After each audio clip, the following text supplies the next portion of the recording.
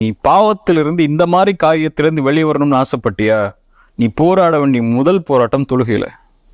ஃபஜ்ருக்கு போராடு, லுஹருக்கு போராடு, அஸருக்கு போராடு, மக்ரிபுக்கு போராடு, இஷாவுக்கு போராடு. ஏன் போராடுன்னு சொல்ற? இன்ன ஸலாத்த தன்ஹா அனில் ஃபஹ்ஷாஇ வல் முன்கர். தொழுகை மானக்கேடான விஷயத்திலிருந்து உன்னை பாதுகாக்கும். உன்னுடைய கவனம் தொழுகையின் பக்கம் திரும்பினா அல்லாவின் பக்கம் அல்லாவின் கவனம் உன் பக்கம் திரும்பும். அல்லாவின் கவனம் உன் பக்கம் திரும்பினா பாவங்கள் இருந்து பாதுகாப்பை இறைவன் கொடுப்பான். நீ பாவம் செய்யவே முடியாது, அந்த பாதுகாத்துருவான். யூசுப் அலைஹிஸ்ஸலாம் அந்த ஒரு பெண் தன்னை தவறான இச்சைக்கு அழைக்கும் போது அவங்க என்ன சொன்னாங்கன்னா, யா அல்லாஹ் நீ பாதுகாக்கலைன்னா நான் அந்த பெண்ணிட்ட போயிருப்பேன், நான் என்னால இது நடக்கலையா அல்லாஹ், நீ பாதுகாத்தன்னாங்க. இப்போ அல்லாஹ்வுடைய அருள்களில் மிகப்பெரிய அருள் ஒரு பாவத்தை செய்ய விடாமல் அல்லாஹ் பாதுகாப்பது. அதுவும் இந்த மானக்கேடான செயல்களின் பக்கம் நெருங்க விடாமல் ஒருவரை பாதுகாப்பது அல்லாஹ்வுடைய அருள்.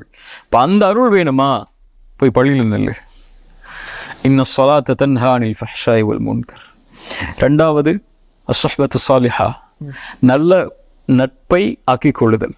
அல் மர்உ அலா தீனி ஹலீலிஹி ஃபல்யன்துர் அஹதுக்கும் மை யுஹாலில். ரசூலுல்லாஹ் சொன்னாங்க ஸல்லல்லாஹு அலைஹி வஸல்லம், ஒரு மனிதன் தன் நண்பன் எப்படியோ படித்தான், அதனால் நீங்கள் பார்த்து கொள்ளுங்கள் யாரோடு பழகிறீங்கன்னு சொல்லி.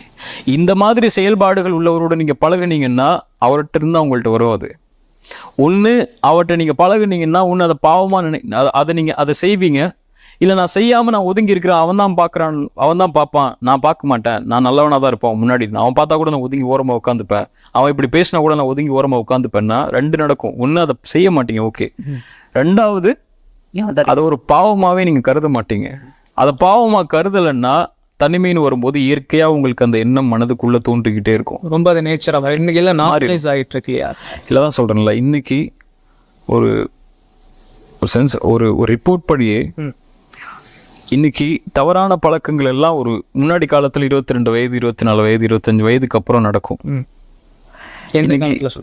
நான் சொல்றது ஒரு 90-80s சொல்றேன். அதுக்கு முன்னாடிலாம் இன்னைக்கெல்லாம் 12 வயசு 13 வயசு பையன் கூட இந்த விஷயத்துல ரொம்ப தேர்த்தி ஆகுறான். அவனுக்கு பாவம் எளிதாயிருது. ஃபோன்லேயோ, அவனுக்கு இருக்கக்கூடிய மொபைல் ஃபோன்கள்லையோ, அல்லது அவனுக்கு இருக்கக்கூடிய தொடர்புகள்லையோ, அவன் ஸ்கூல்லையோ இதை பத்தி பேச ஆரம்பிச்சிடறாங்க.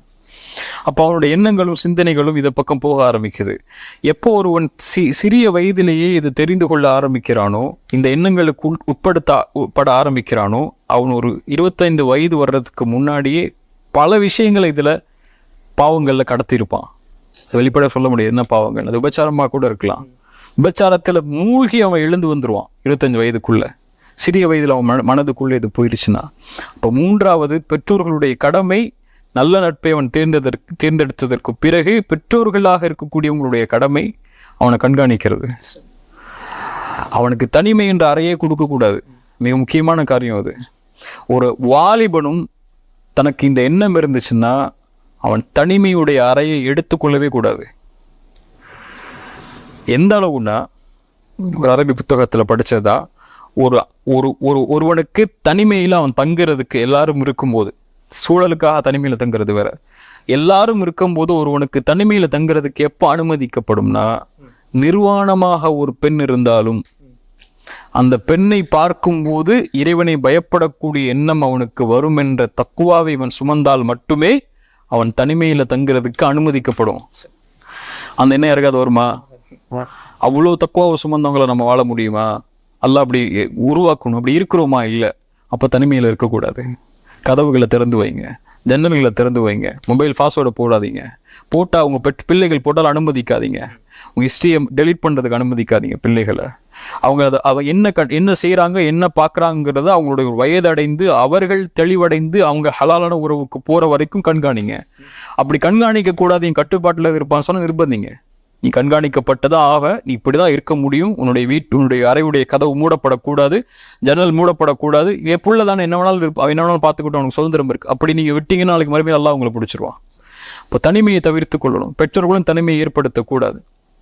இந்த மாதிரி காரியங்கள் மட்டும்தான் அவனை அதுல இருந்து வெளியே கொண்டு வரும். இல்லைன்னா அவனை சிறு வயதிலேயே நுழைக்கப்பட்டுட்டீங்கன்னா இன்னும் எல்லையற்ற பாவங்கள் வரக்கூடிய காலத்துல இன்னும் அவன் தன்னை அழித்துக் கொள்வதற்கு அது காரணம்.